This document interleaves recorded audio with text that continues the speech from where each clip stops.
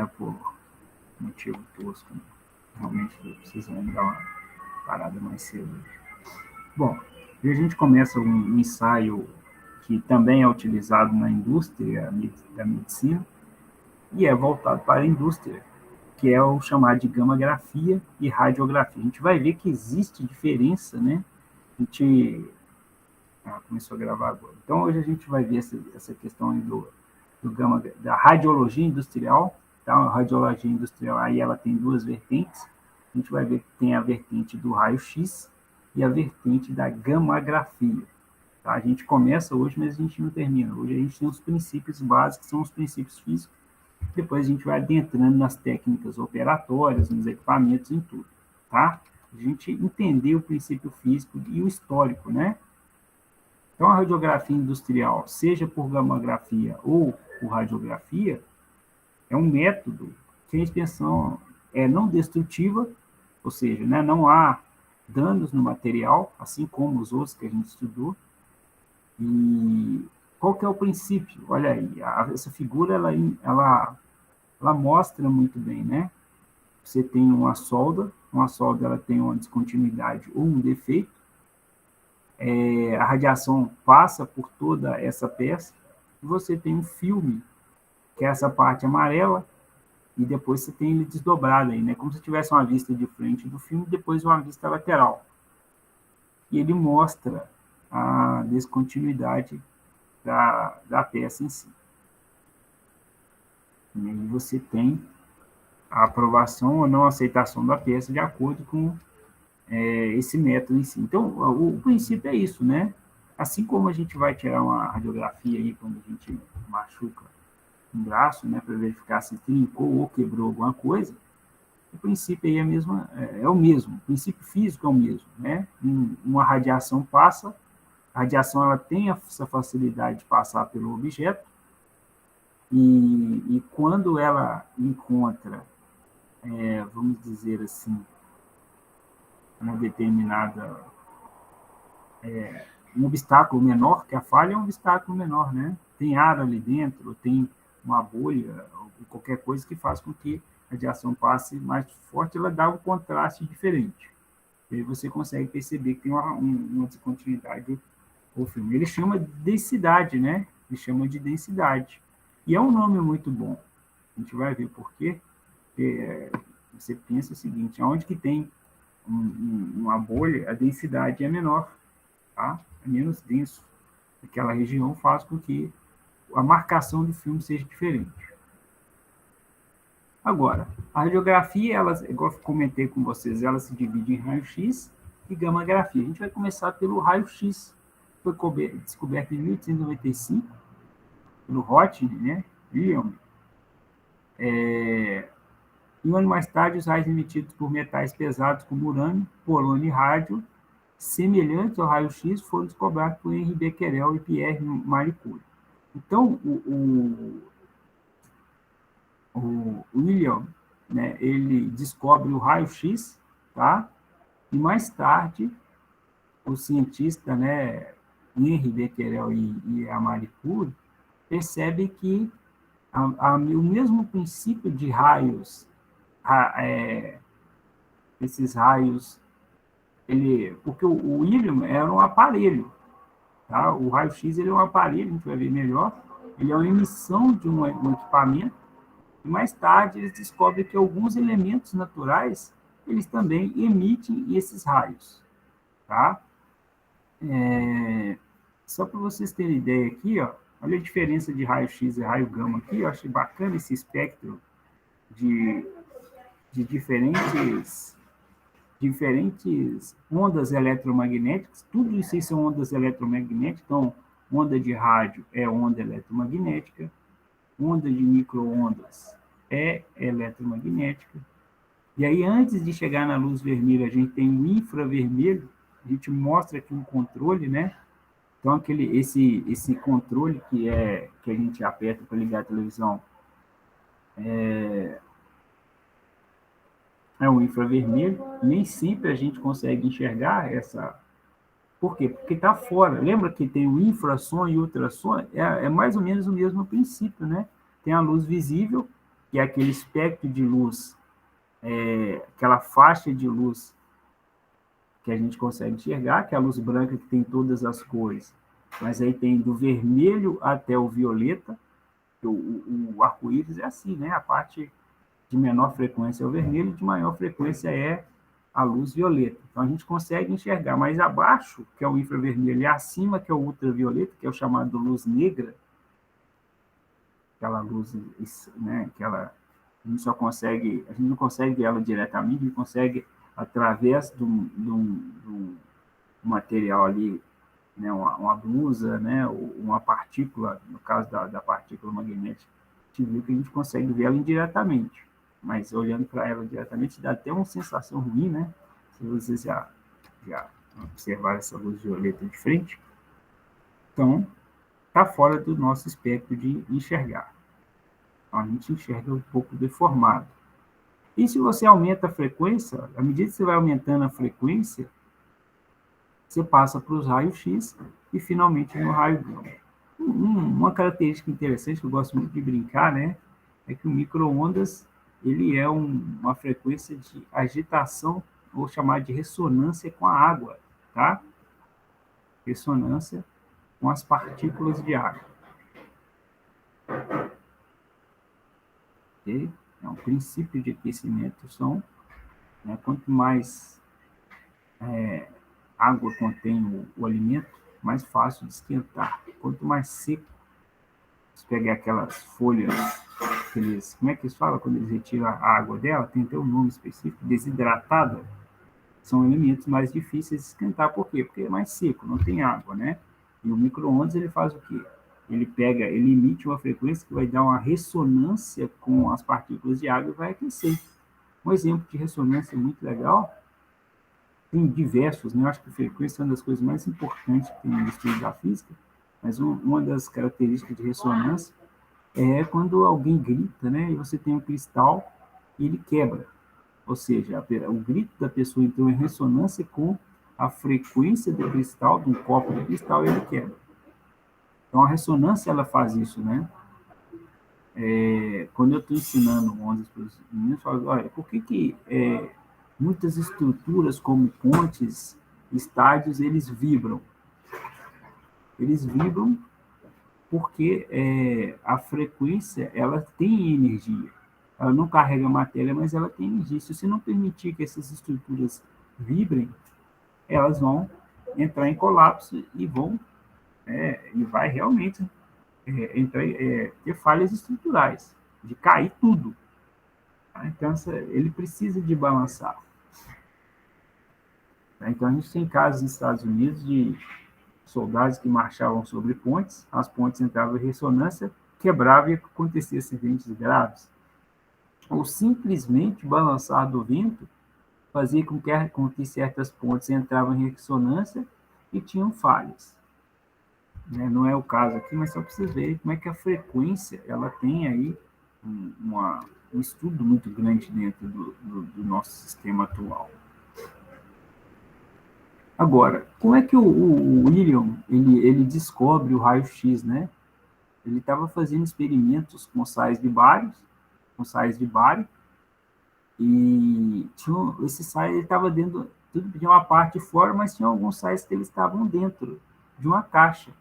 Aqueles que estavam fora, ele sabia que quando uma determinada, né, emissão de elétrons batia neles, eles ficavam o quê? Fluorescentes. Mas o que estava dentro da caixa, na cabeça dele, estava protegido, né? E aí, quando ele vai abrir, ele percebe que aqueles que estavam dentro da caixa também estavam fluorescentes. Eu falei, peraí, me explica isso. A caixa está fechada, os sais de bário estão aqui, como é que esse processo ele fica fluorescente, né? E aí, claro, né, cientista ele gosta de pesquisar, falou, não, tem... E aí ele percebe, né, que quando se emitia, essa máquina que emitia elétrons, algumas partículas ultrapassavam, conseguiam penetrar essa caixa. Então eles chegam a essa conclusão e falam, poxa, como é que a gente vai chamar esse tipo de raio que consegue ultrapassar meios materiais, né? Porque até então a ciência achava que qualquer raio ele batia no meio material e parava ali, refletia, né? Mas ele não conseguia atravessar. E aí, em 1895, ele descobre que alguns raios podem atravessar essas caixas de materiais, fazendo brilhar a luz de Bayer, como por achar assustador aqui, ele fala de raio-x, né? Dá uns nomes de raio-x. Esse é o raio-x, ele consegue ultrapassar. Então, o nome raio-x nasce exatamente por isso, tá? Não sei se tem essa história lá na frente, se tiver a pessoa como é, né? A gente relembra ela aí, mas é assim que nasce os raios-x em si. Agora, tanto o raio-x como o raio gama, ele podem atravessar corpos opacos. Então, se você pega opaco, né, o vidro, por exemplo, é transparente. Mas se você pega uma chapa de metal, por exemplo, a luz não consegue atravessar aquela chapa. Mas os raios-x sim, né? Metais, concretos, enquanto a luz visível atravessa apenas materiais translúcidos, como vidro transparente e água limpa, por exemplo. Né? Raio-x ele não, ele consegue ultrapassar. Que legal aí, né? Aspecto de um filme radiográfico. E aí várias porosidades, né? Do filme protegido e a transparência mostrando aí a revelação deste filme, né? Como é que é feita.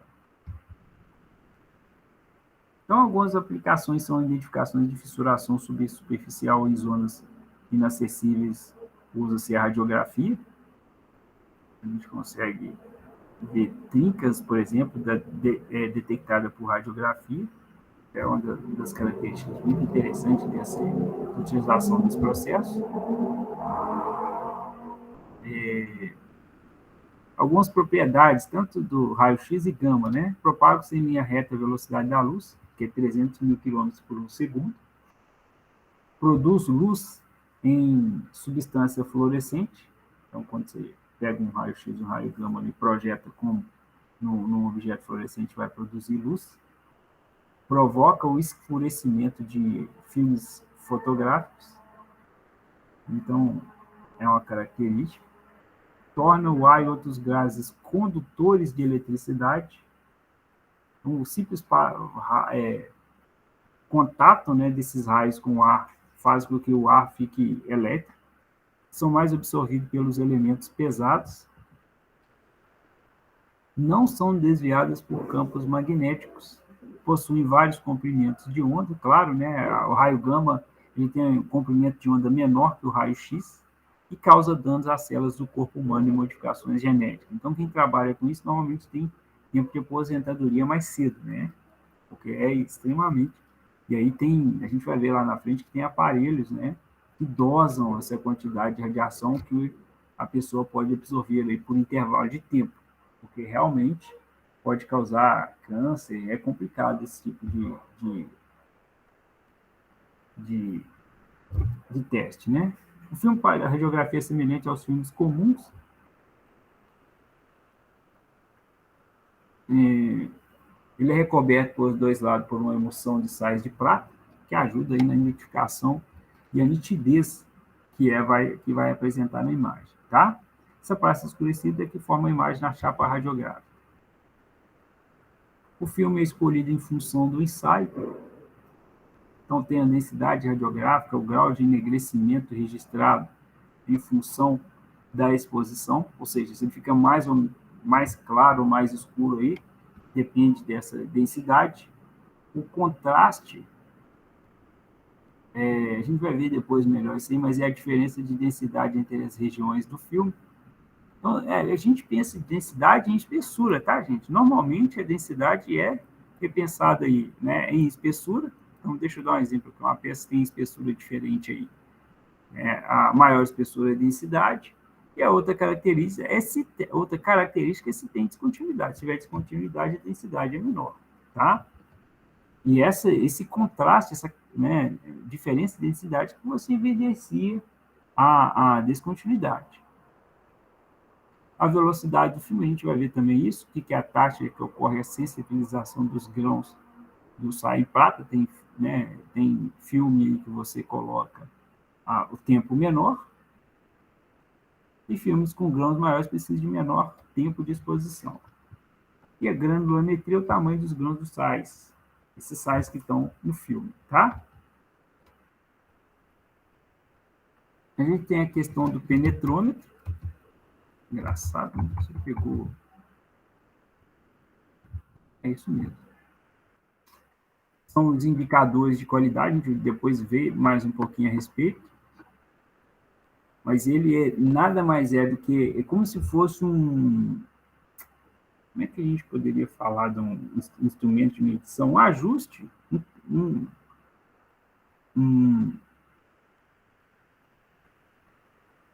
como se fosse um calibre, tá, gente? Ele tem várias espessuras, a STM1B11, por exemplo, né? Deixa eu pegar esse aqui, ó. Tem várias espessuras. É claro que aquele tem menor espessura, tem menor densidade. Alguém? Ô, Jefferson, beleza, cara.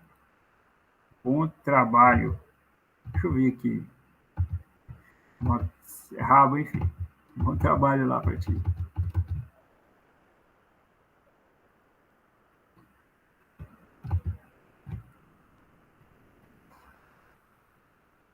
Há um exemplo aqui, né, do EQI tipo francês. Ou seja, você tem várias espessuras só para você verificar qual aquele que está se ajustando melhor ali em relação à densidade do filme. Qual que está se adequando melhor.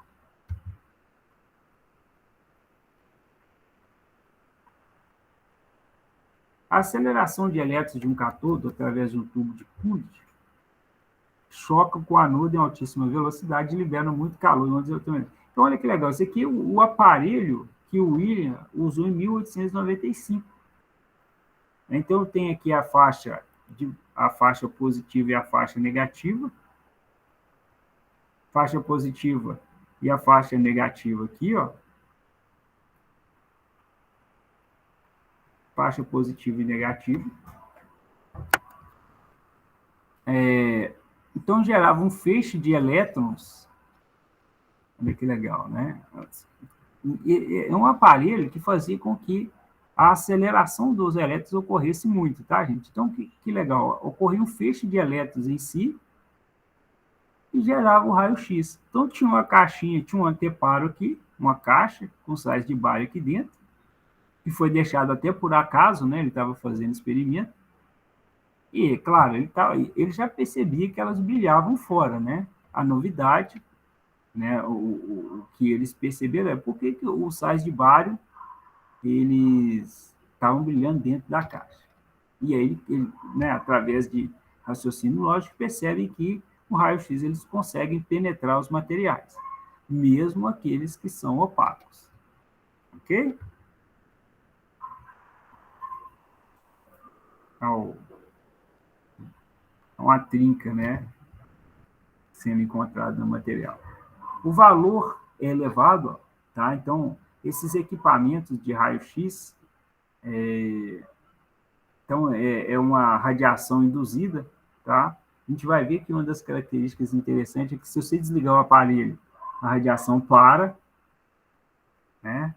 O aparelho ligou, ocorre a radiação. Se desligou o aparelho, a radiação some, para, não deixa de ser emitida. Só que é um equipamento de 500 mil, 800 mil volts de tensão e a corrente elétrica também influencia no aquecimento e na produção dos raios. Tem que ter um sistema de refrigeração, né? Porque uma tensão dessa aquece e muito, né? Bacana? Deixa eu fazer um exercício rapidinho.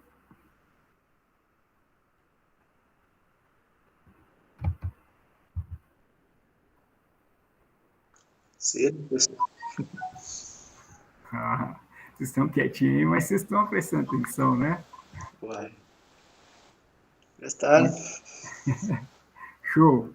Então, raio gamas e raio X, né? São as radiações eletromagnéticas, que é o raio gama e o raio X. A gente viu aí que o raio X ele é proveniente do aparelho, e a gente vai ver lá na frente que o raio gama ele é dos materiais, né? Então, se você pega ali com urânio, né, por exemplo, você vai ver que ele está emitindo ali sem parar, tá? A gente vai ver a meia-vida do urânio, né, baixinho, rapidinho acaba.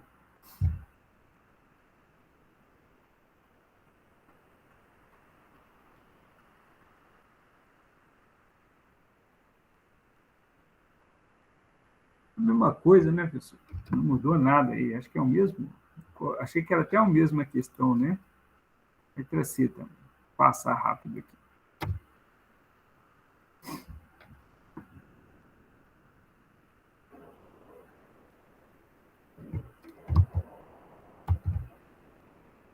Pessoal, volta o outro lá, por favor.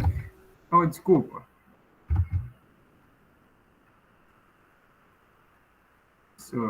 Obrigado.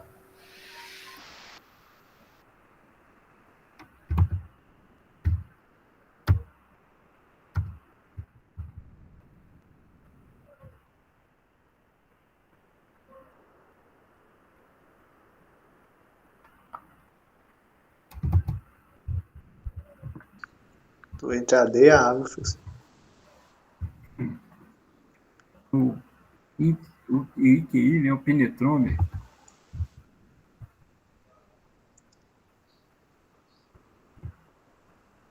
Acho que é a D. Acho que é a D mesmo.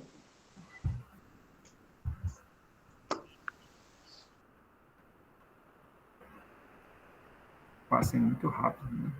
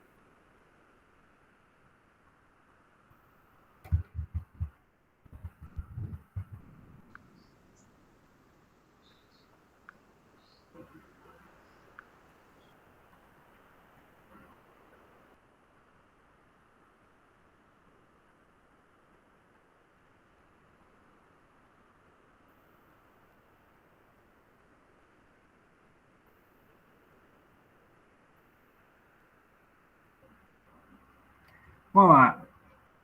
Vou voltar aqui o IQI, né? Aqui, ó. Penetrômetros são indicadores de qualidade de imagem, chamado IQI, com um monte de interrogação, mas é o IQI, né?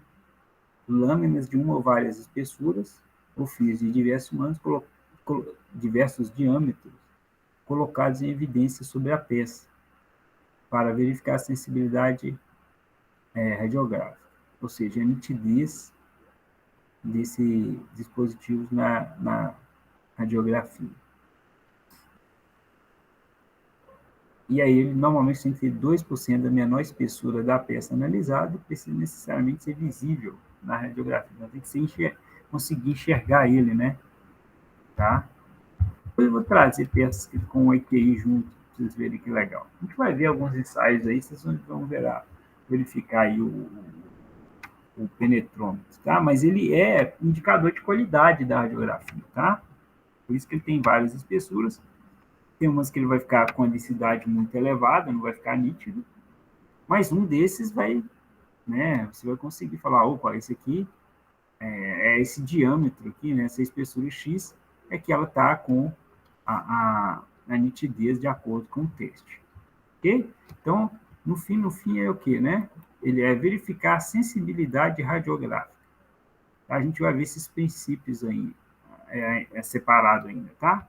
Sensibilidade, contraste, nitidez, tudo isso a gente vai ver. Resposta correta aí, ó. Avaliar a sensibilidade da imagem obtida na radiografia. Bom, só para encerrar aqui, ele falou que ia ser rápido e dessa vez vai ser mesmo. Tem dia que eu engano vocês, né? Fala, vai ser rápido. E quando dá 10h28, fala, acabamos.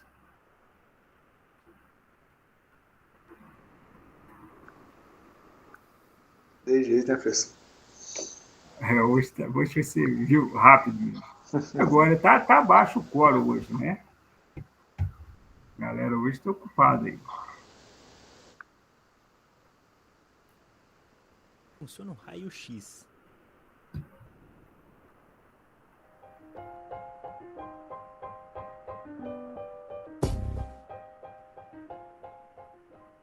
Fala galera, meu nome é Souza do canal Singularizando e hoje vamos entender como funciona o raio-x e o impacto dessa descoberta na sociedade.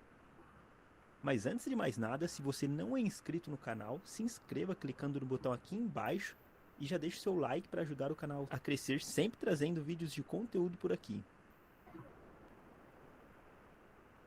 No dia 8 de novembro de 1895, o físico alemão Wilhelm Conrad Röntgen trabalhava na penumbra de seu laboratório, estudando um fenômeno de luminescência produzidos por raios catódicos emitidos por um tubo de Crookes. O experimento era relativamente simples. Um tubo de vidro fechado era preenchido com gás e aplicado uma pressão, e dentro dele tinha dois eletrodos, um altamente energizado, que também é conhecido como cátodo, e outro pouco energizado, também conhecido como ânodo. Devido à diferença de potencial entre eles, os elétrons viajavam do cátodo para o ânodo, ionizando o gás dentro do tubo e provocando uma luminescência.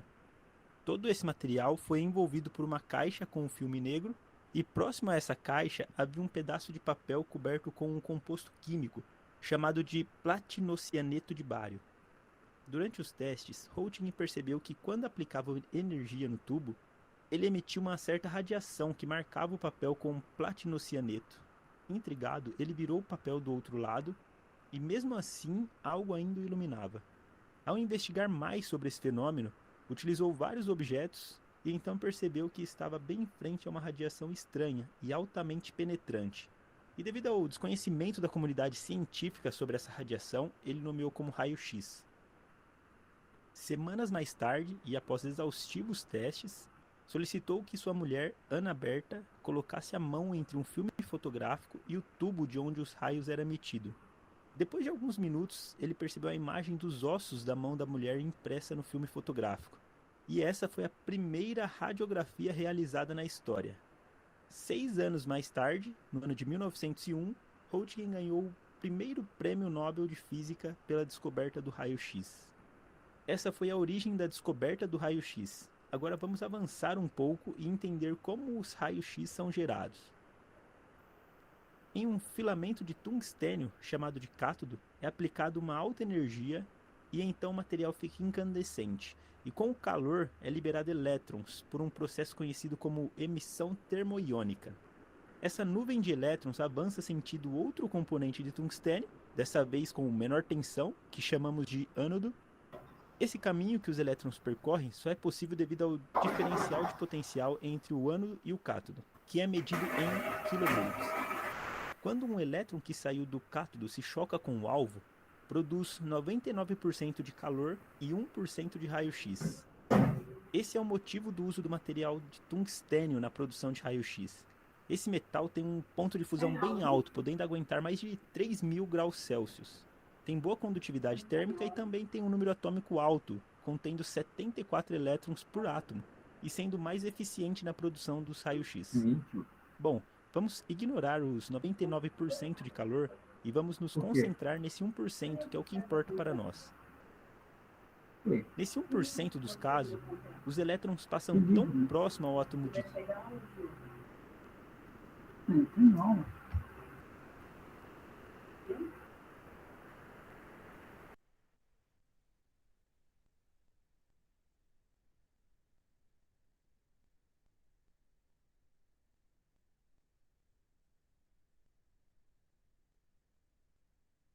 de tungstênio que ocorrem dois fenômenos.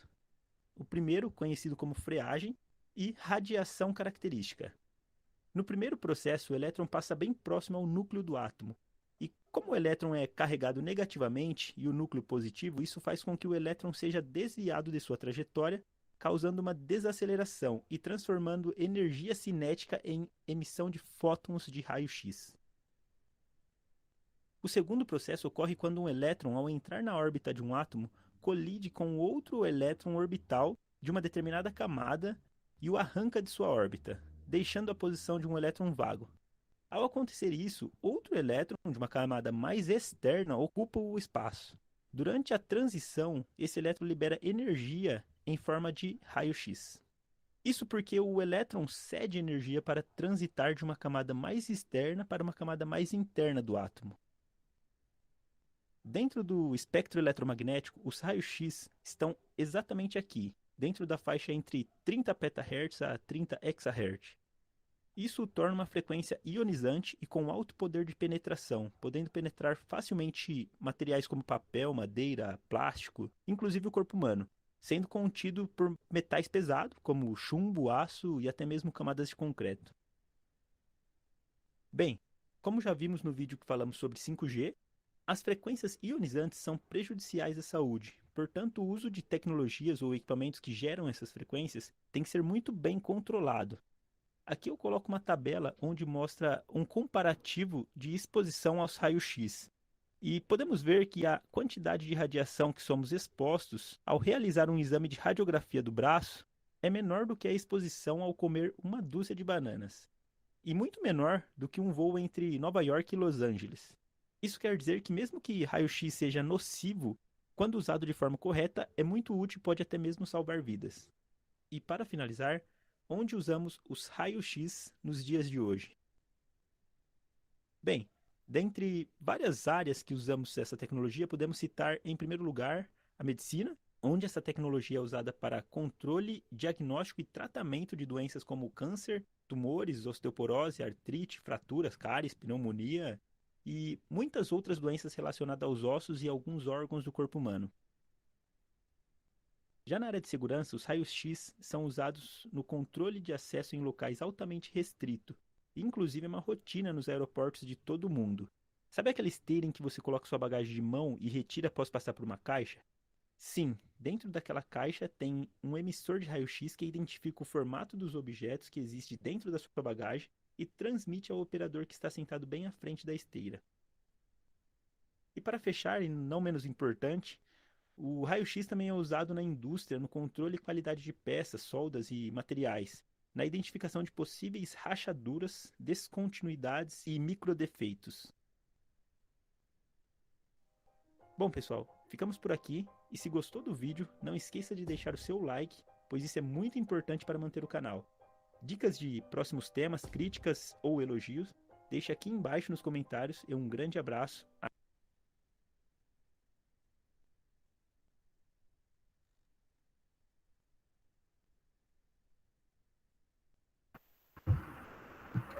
Bom, então, ele já tem um detalhe maior, né? Como que é o funcionamento do raio-x. Agora eu não sei, eu tinha esquecido dessa questão da banana, né? É radioativo comer banana. Tô lascado. Você é o pedalador aí, professor? Também gosto, cara. Oi? O Voziel fica pedalando uns quilômetros pra frente aí, ó. Tem que comer pau de câimbra, vai estar lascado. Se não comer banana, eu caio de câimbra, e aí? Mas você viu ali que não tem perigo, não, né? Vamos ver, né? Beleza, galera. O professor vai encerrar. Não sei se vocês ficaram com alguma dúvida. Mas é pequenininho mesmo. Que fecha. Bacana demais o vídeo. Bacana, né? Bacana. A gente vai ver depois como que é a aplicação disso, né? Como é que é a aplicação. Vocês viram ao mesmo tempo que a densidade influencia muito. Por isso que materiais igual o chumbo não são usados até como proteção, porque existe uma grande densidade, ele não consegue ultrapassar, tá? A gente vai ver o que é essa questão da densidade, que é o quê? Como as partículas estão mais juntas, né? E o raio-x ele procura espaços vazios. Quanto mais denso o material, mais juntos tem as partículas, maior dificuldade para aquele raio-x passar por aquele material. Tá? Então, por isso que eles são utilizados aí como roupas, né? Quem trabalha com isso aí, veste aquela roupa toda com materiais pesados para servir como proteção. Até a gente mesmo, quando vai fazer raio-x da boca, tem que pôr tipo um macacão pra fazer o exame. De chumbo, né? Isso. Materiais densos, ele dificulta ali a passagem. Bacana? Bacana. Então, beleza. Vamos encerrar aqui. Beleza. Boa noite, professor. Boa noite, pessoal. Valeu. Boa noite, professor. Melhoras, viu? Beleza. Obrigado.